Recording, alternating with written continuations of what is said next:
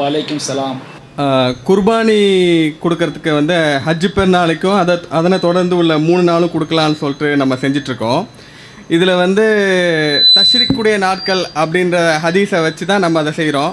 இந்த தஷ்ரீக்குடைய நாட்கள் வந்து உண்ணுவதற்கும் பருவதற்கும் உரிய நாட்கள்ன்ற மாதிரி தான் அந்த ஹதீஸில் விளங்குது.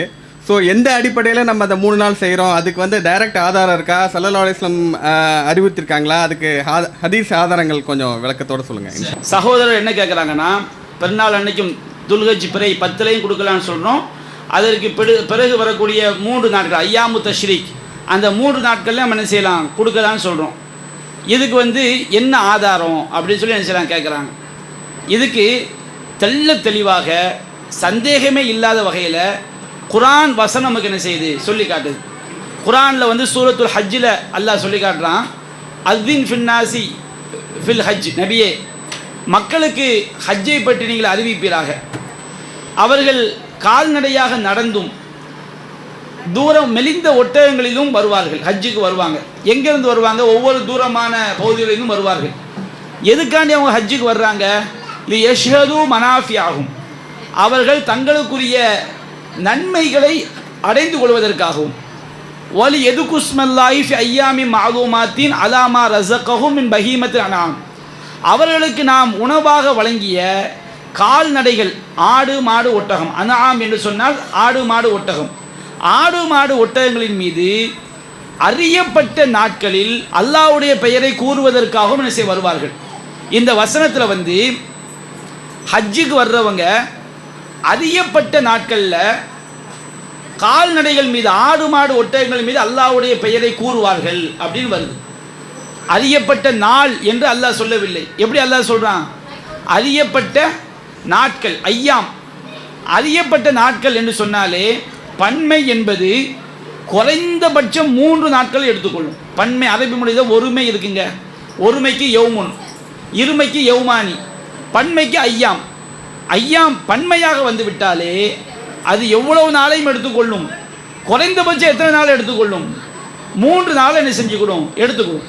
இப்போ குர்ஆனில் அல்லாஹ் சொல்கிறான், அறியப்பட்ட நாட்களில், பன்மையாக அல்லாஹ் சொல்கிறான், அறியப்பட்ட நாட்களில் அவர்களுக்கு நாம் வழங்கிய ஆடு மாடு ஒட்டகங்களின் மீது அல்லாஹ்வுடைய பெயரை கூறுவதற்காக வருவார்கள். ஒருவனுக்கு நீங்கள் இதில் குழப்புறாங்களா இல்லையா? அந்த வழிகேடுகளை எல்லாம் விட்டுருங்க. நான் மக்களுக்கு சொல்கிறது, அல்லாஹ்வுடைய வேதத்தையும் ஹதீஸை நீங்கள் சிந்திங்கிறோம். வழிகட்டவங்களுடைய வாதங்களை பார்த்தா உங்கள் மூளை வந்து குர்ஆன் ஹதீஸை விளங்காது. குர்ஆனில் வந்து கால்நடைகள் மீது அல்லாஹ்வுடைய பெயரை கூறுதல் என்பது குர்ஆனில் ஃபுல்லாக கால்நடைகளை அறுப்பதற்கு தான் வந்திருக்கு.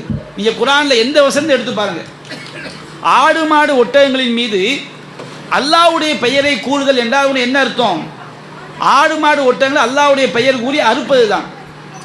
குர்ஆன் அல்லாஹ் சொல்கிறான், வலா தஅகுலு மிம்மா லம் யுذ்கர் இஸ்முல்லாஹி அலைஹி, எவற்றின் மீது அல்லாஹ்வுடைய பெயர் கூறப்படவில்லையோ அவற்றை சாப்பிடாதீர்கள்.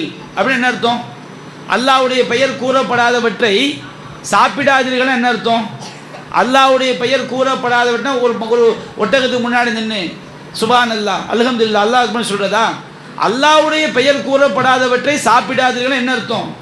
அல்லாஹ்வுடைய பெயர் பிஸ்மில்லாஹ் அல்லாஹ் அக்பர் என்று சொல்லி அறுக்கப்படாதவற்றை சாப்பிடாதீர்கள்.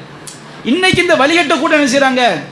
அல்லாஹ்வுடைய பெயரை சொல்கிறதுனா அது வந்து ஹஜ்ஜில் போய் அல்லாஹ் அக்பர் சொல்லலாம். அல்லாஹ் அப்படியே குர்ஆனில் சொல்கிறான். குர்ஆனில் 7-8 வசனங்கள் இருக்குது. எல்லா இடத்துலையுமே கால்நடைகள் மீது அல்லாஹ்வுடைய பெயரை சொல்லுதல் என்றால் கால்நடைகளை அல்லாஹ்வுடைய பெயரை சொல்லி அறுப்பதை மட்டும்தான் குறிக்கும். திட்டமிட்டு மக்களுக்கு மத்தியில் வழிகேட்டை புகுத்த வேண்டும் என்பதற்காக இந்த வசனத்தில் நான் சொல்லி காட்ட ஹஜ்ஜுக்கு வந்து அறியப்பட்ட நாட்களில் கால்நடைகளின் மீது அல்லாஹ்வுடைய பெயரை கூறுவதற்காக ஹஜ்ஜுக்கு வருவார்கள்.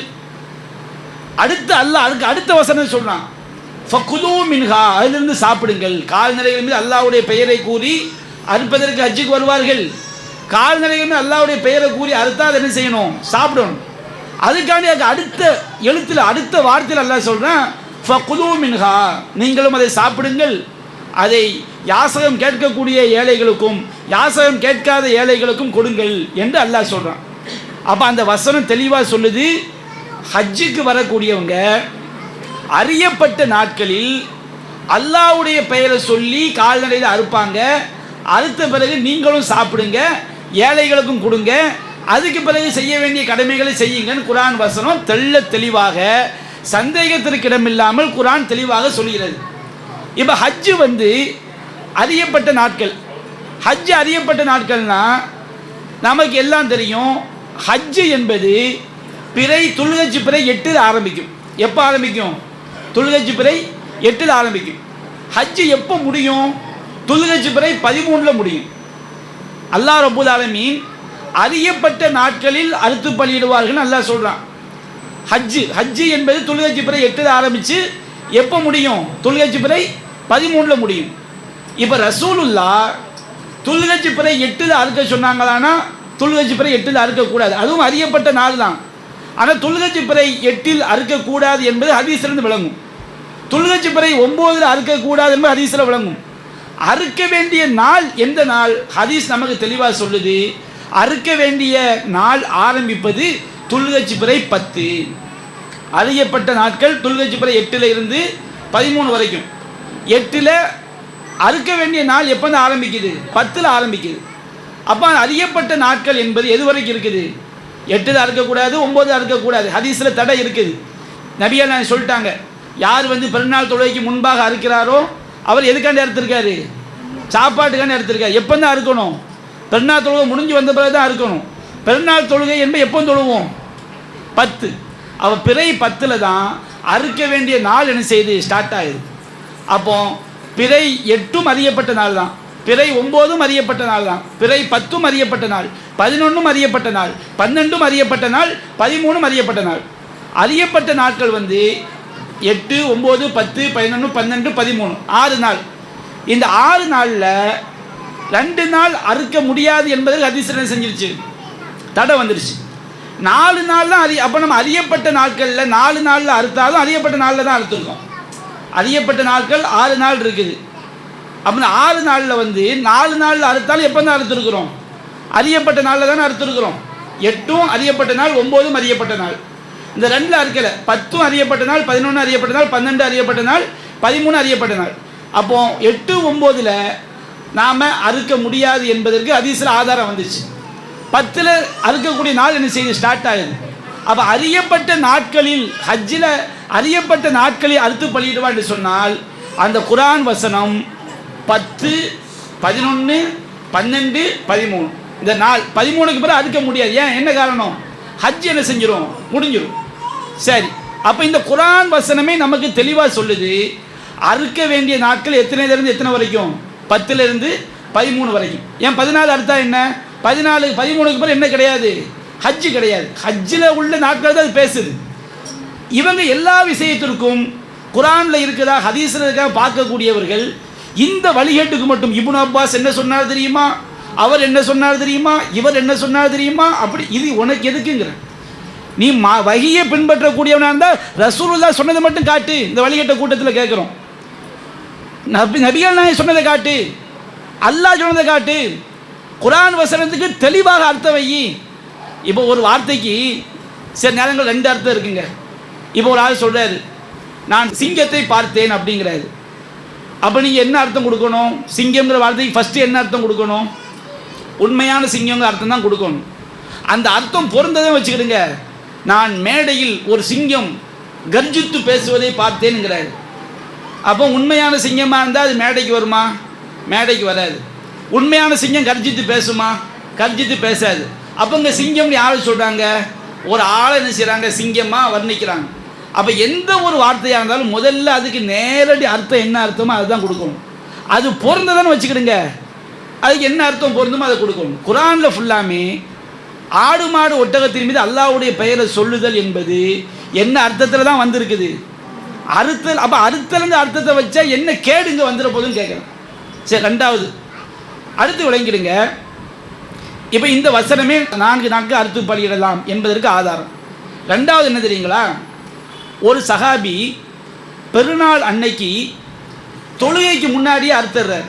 எப்பவுமே அறுத்துறாரு, தொழுகைக்கு முன்னாடியே அறுத்துறாரு. அப்போ நபிகள் நாயகம் சொன்னாங்க, யார் தொழுகைக்கு முன்னாடி அறுத்தாரோ அவர் எதுக்காண்டி அறுத்திருக்காரு? உணவுக்காண்டி அறுத்திருக்காரு. தொழுகைக்கு பிறகு தான் அறுக்கணுங்கிறாங்க.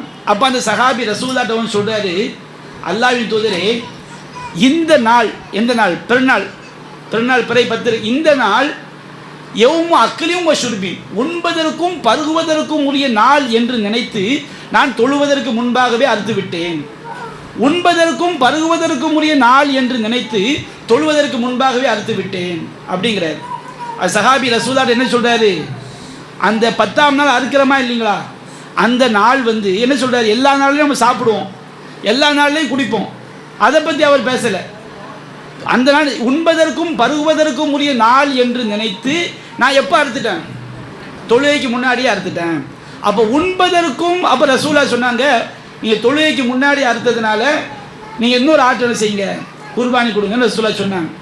இப்போ அவர் உண்பதற்கும் பருகுவதற்கும் உரிய நாள் அப்படின்னு சொன்னாரா இல்லையா? அதை எந்த அர்த்தத்தில் சொன்னார்? அவரே தெளிவாக சொல்கிறார், இது உண்பதற்கும் பருகுவதற்கும் உரிய நாள் என்று நினைத்தா என்ன செஞ்சிட்டேன்? தொழுகைக்கு முன்னாடி நான் என்ன செஞ்சிட்டேன்? அறுத்துட்டேங்கிறார். அப்போ நபிகள் நாயகம் காலத்தில் உண்பதற்கும் பருகுவதற்கும் உரிய நாள் என்பதை வந்து எல்லா நாளையும் தான் உண்றோம், எல்லா நாள்லையும் தான் பருகுறோம். அந்த அர்த்தத்திலையா உண்பதற்கும் பருகுவதற்கும் உரிய நாள்னு சொன்னாங்க? உண்பதற்கும் பருகுவதற்கும் உரிய நாள்னா என்ன அர்த்தம்? ஆட்டை அறுத்து சாப்பிட்றது, அதை குழம்பு வச்சு குடிக்கிறது, அதனால தான் உண்பதற்கும் பருகுவதற்குரிய நாள். அப்போ பெருநாளுக்கு பேர் என்ன பேர்? பெருநாள் அன்னைக்கு ஆடு மாடு ஒட்டங்களை அறுக்கிறதுனால அந்த பெருநாளைக்கு என்ன பேர் வைக்கிறாங்க? உண்பதற்கும் பருகுவதற்கும் உரிய நாள். அப்போ நபிகள் நாயகம் ஸல்லல்லாஹு அலைஹி வஸல்லம் சொன்னாங்க, ஐயாமு தஷ்ரீக் ஐயாமு அக்லி வ ஷுர்பி. ஐயாமு தஷ்ரீக் என்பது உண்பதற்கும் பருகுவதற்கும் உரிய நாள். அந்த பெருநாளும் உண்பதற்கும் பருகுவதற்கும் உரிய நாள். ஐயாமு தஷ்ரீக் எதுக்குரிய நாள்? உண்பதற்கும் பருகுவதற்கும் உரிய நாள். உண்பது பருகுதல் என்பது என்ன அர்த்தம்? நபிகள் நாயகம் தன்னுடைய ஒட்டகங்களை எல்லாம் குர்பானி கொடுத்து அந்த ஒட்டக இறைச்சியிலிருந்து சாப்பிட்டார்கள். அந்த ஒட்டகத்தினுடைய அந்த இறைச்சியினால் வைக்கப்பட்ட குழம்பை குடித்தார்கள். அப்போ உண்ணுதல் பருகுதல் என்பது ஆடு மாடுகளை அறுத்தல் என்பதை தான் குறிக்கும். உண்பதற்கும் பருகுவதற்கும் நாள்னா என்ன அர்த்தம்?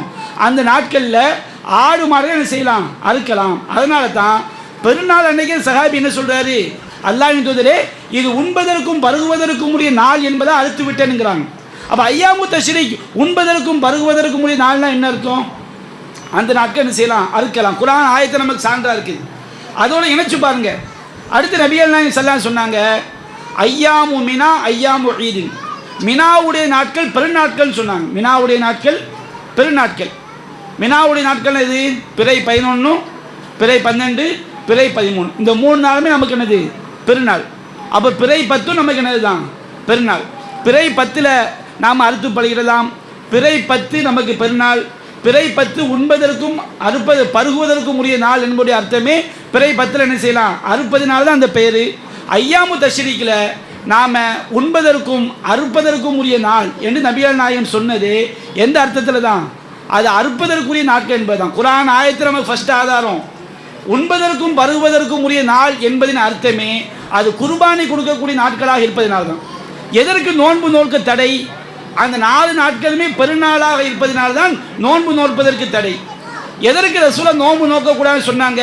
இந்த 4 நாளுமே குர்பானி கொடுப்பதற்குரிய நாளாக இருப்பதனால் நாம் நோன்பு வச்சா அதை சாப்பிட முடியாமல் போயிடும். அதுக்காண்டி தான் நோன்பு நோக்க தடையை தவிர எதுக்காக நோன்பு நோக்க தடை கிடையாது. நோன்பு நோக்க தடை என்பதனால் உண்பது பருவது கிடையாது. உண்பதற்கும் பருகுவதற்காகவும் தான் எதுக்கு தடை? நோன்புக்கு தடை. நபிகள் நாயகம் சொல்லிட்டாங்க, உங்கள் நோன்பு பெருநாள் என்பது நீங்கள் நோன்புலேருந்து விடுபட்ட நாள். அம்மா அலுஹா ஹஜ்ஜு பெருநாள் என்பது ஃபகுலூ மின் நுசுக்கிக்கும், நீங்கள் அறுத்த பிராணிகளின் இறைச்சிகளையும் சாப்பிடுங்கள். ஹஜ்ஜு பெருநாளில் எதுக்கு நோன்பு நோக்க தடை? பிராணியுடைய இறைச்சியை சாப்பிட்றதுக்காக நோன்பு நோக்க தடை. நோன்பு நோக்க தடை என்பதால் சாப்பிடக்கூடிய நாள் கிடையாது. அது சாப்பிடக்கூடிய நாட்களாக இருப்பதனால்தான் எதுக்கு தடை? நோன்பு நோற்பதற்கு தடை.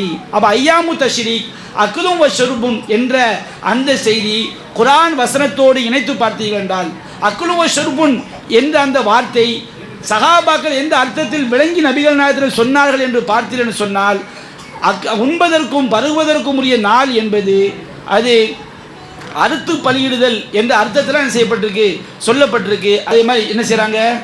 சவுதியில் உள்ளவங்களுக்காண்டி இங்கே என்ன செய்யலாம்? பிறை இங்கே நம்ம பிறை 9 இருப்போம், சவுதியில் உள்ளவங்களும் இங்கே அறுக்கலாங்கிறாங்க. இது எவ்வளோ பெரிய வழிகேடு! மார்க்கத்தில் எந்த ஒரு வணக்கத்தையும் நாம் எந்த இடத்துல செய்கிறோமோ அந்த நேரம் வந்த பிறகு தான் அந்த வணக்கத்தை செய்யணுங்க. இப்போ ஒரு ஆள் மௌத்தாயிட்டார், மௌத்தா போனவருக்காண்டி ஹஜ்ஜு செய்யலாம், மார்க்கத்தில் இருக்குது. ஏதோ ஒரு ஆள் உயிரோடு இருக்கிறார், முடியாமல் ஆகிட்டார், அவருக்காண்டி ஹஜ்ஜு செய்யலாம். இங்கேருந்து ஹஜ்ஜுக்கு போனால் சவுதியில் போய் எந்த பிறை அடிப்படையில் செய்யணும்? சவுதி பிறை அடிப்படையில் செய்யணும். ஒரு அமெரிக்காவில் உள்ள ஆளுக்கு வந்து இந்தியாவில் கடை இருக்குங்க, இங்கே இப்போ ஜும்மாவுக்கு பாங்க சொன்னால் கடையை சாத்தணுமா இல்லையா? அமெரிக்காவில் பாங்க சொல்லும்போது இந்தியா கடையை சாத்தணுமா? இந்தியாவில் பாங்க சொல்லும்போது இந்தியா கடையை சாத்தணுமா? இந்தியா தான் கணக்கு. மார்க்கத்தில் எந்த ஒரு வணக்கத்தையும் நம்ம அந்த வணக்கத்தை எந்த இடத்துல செய்கிறோமோ அங்கே அந்த நேரம் வரணும். அப்போ அறுத்து பலியிடுவதற்குரிய நேரம் எந்த நேரம், எந்த நாள்? துல்ஹஜ் பிறை 10. அப்போ சவுதியில் உள்ளவங்களுக்காண்டி இங்கே அறுக்கிறதா இருந்தால் எப்போ தான் அறுக்கணும்? துல்ஹஜ் பிறை 10 அறுக்கணும். நம்ம துல்ஹஜ் பிறை 9 இருக்கும்போது அந்த வணக்கத்தை இந்தியாவில் துல்ஹஜ் பிறை 9 செய்யும்போது அறுத்தா அது பிதஅத்தா இல்லையா, வழிகேடா இல்லையா? அவனை இப்போ நம்ம இங்கே அசர் தொழணும். ஒரு ஆள் என்ன செய்கிறாரு, சவுதியில் வந்து இங்கே சூரியன் மறைஞ்சாச்சு, சவுதியில் ஃபோன் பண்ணி சவுதியில் சூரியன் மறையலை, இங்கே அசல் தொழுகிறாரு. ஏன்பா அசல் தொழுகிற? சவுதியில் சூரியன் மறையலையா அப்படின்னு சொன்னால் சரியா? அது வழிகேடுல. நாம் இங்கே தொழும்போது இங்கே உள்ள நேரத்துக்கு தொழணும், சவுதியில் தொழும்போது சவுதி நேரத்துக்கு தொழணும். அப்போ இந்தியாவில் வந்து நாம் இன்னொருவருக்காக அறுத்து பலியிடணும்னு சொன்னோம்னா நமக்கு அறுத்து பலியிடக்கூடிய நேரம் வந்த பிறகு தான் அறுத்து பலியிட வேண்டும். அப்போ ஒருத்தர் சவுதியில் இருக்கிறான், அவனுக்காண்டி இங்கே 9 பிறையில் அறுத்தா இங்கே அறுக்கக்கூடிய நேரம் வரவில்லையே. அப்போ ஒரு வணக்கத்தை செய்கிறதுக்கு அதற்குரிய நேரம் வராத இடத்துல செஞ்சால் அது ஏற்றுக்கொள்ளப்படாது, அது வழிகேடு. சூரியன் உச்சி வர்றதுக்கு முன்னாடி நம்ம லுகர் தொழுதா ஏற்றுக்கொள்ளப்படுமா? சூரியன் மறையிறதுக்கு முன்னாடி அசர் தொழுதா ஏற்றுக்கொள்ளப்படுமா? நோம்புடைய பிறை பார்க்கறதுக்கு முன்னாடி நோன்பு வச்சா ஏற்றுக்கொள்ளப்படுமா? சவுதியில் ஒரு ஆள் நோன்பு வச்சுட்டு இந்தியாவுக்கு வர்றாரு, இந்தியாவில் சூரியன் மறைஞ்சிட்டு இவர் நோன்பு வைக்கணுமா நோன்பை திறக்கணுமா? சவுதியில் ஒரு ஆள் நோன்பு வச்சுட்டு இந்தியாவுக்கு வர்றாருங்க, இந்தியாவுக்கு வந்தோடனே இந்தியா தானே செஞ்சிடுச்சு, சூரியன் மறைஞ்சிருச்சு. இப்போ இவர் நோன்பு வைக்கணுமா நோன்பை திறக்கணுமா? நோன்பு திறக்கணும். இல்லை நான் சவுதியிலேருந்து வந்தேன், அங்கே சூரியன் மறையலை, அதனால் நோன்பு திறக்க மாட்டேன்னு சொன்னால் அவர் வழிகேட்டில் இருக்கிறார். நாம் எந்த இடத்துல இருக்கிறோமோ அங்கே அதற்குரிய அந்த வணக்கத்தை செய்வதற்குரிய நேரம் வர வேண்டும். அப்போ இந்த ஹஜ்ஜு விஷயத்தில் வழிகேடு வழிகேடு வழிகேடு. ஒரு நாள் குர்பானி ஆக்கி அதை நியாயப்படுத்த குர்ஆன் ஆயத்தை திரித்து அதை நியாயப்படுத்துறதுக்காண்டி சவுதியில் உள்ளவங்களுக்கு இந்தியாவில் நேரம் வர்றதுக்கு முன்னாடி அவங்க சார்பாக இங்கே இருக்குதான வழிகேட்டை பூத்தி பயங்கரமான வழிகேட்டில் போயிட்டுருக்காங்களே தவிர அந்த வழிகேட்டை யார் புகுத்துறாங்களோ அவங்கள விட்டுருங்க. சிந்திக்கக்கூடிய மக்கள் சிந்திச்சு பாருங்கள், மற்ற மக்கள் நரகத்தில் போய் விழுந்துடாதீங்க. குர்ஆனை படித்து பாருங்கள், ஹதீஸை படித்து பாருங்கள். மார்க்கத்துடைய ஆதாரம் குர்ஆன் ஹதீஸ் தான். அந்த குர்ஆன் ஹதீஸ் எது கரெக்டாக சொல்லுதோ அதை நான் பின்பற்ற வேண்டுமே தவிர வழிகேட்டில் போய் விழுந்துடக்கூடாது. அதனால் நமக்கு குர்ஆன் வசனம் தெளிவாக அறியப்பட்ட நாட்களை அறுத்து பலியிடலாம் என்கிறது. ஹஜ்ஜில் உள்ள அறியப்பட்ட நாட்கள் என்பது 8 to 13 வரைக்கும், 8லையும் 9லையும் நம்ம கொடுக்க முடியாது. 10ல் இருந்தால் அறுக்கக்கூடிய நாட்கள் ஆரம்பிக்குது. அதனால் அறியப்பட்ட நாட்கள் என்பது 10ல் இருந்து 13 வரைக்கும். குர்ஆன் வசனமே அறுத்து பலியிடுவதற்கு 4 நாட்களை நமக்கு அனுமதித்து விட்டது. அக்குலும் வஷுர்புன் உண்ணக்கூடிய நாள், பதகக்கூடிய நாள் என்பது அறுத்து பலியிடுவதை குறிக்கும் என்பதனால்தான் பெருநாள் என்று அந்த வார்த்தையை அந்த சஹாபி நபிகள் நாயகத்திடம் சொன்னார். நபிகள் நாயகம் தவறு என்று சொல்லவில்லை. அப்போ ஐயாமு தஷ்ரீக் அக்குலும் வஷுர்பு, ஐயாமு தஷ்ரீக் உண்பதற்கும் பருகுவதற்கும் உரிய நாள் என்பது அறுப்பதை குறிக்கக்கூடிய வார்த்தை என்பதை நம்ம என்ன செய்ய வேண்டும், விளங்கிக் கொள்ள வேண்டும். அல்லாஹ் ரப்புல் ஆலமீன் சத்தியத்தை விளங்கி சத்தியத்தின் அடிப்படையில் வாழக்கூடிய நன்மக்களாக நம் அனைவரையும் ஆக்கியருள் புரிவானாக.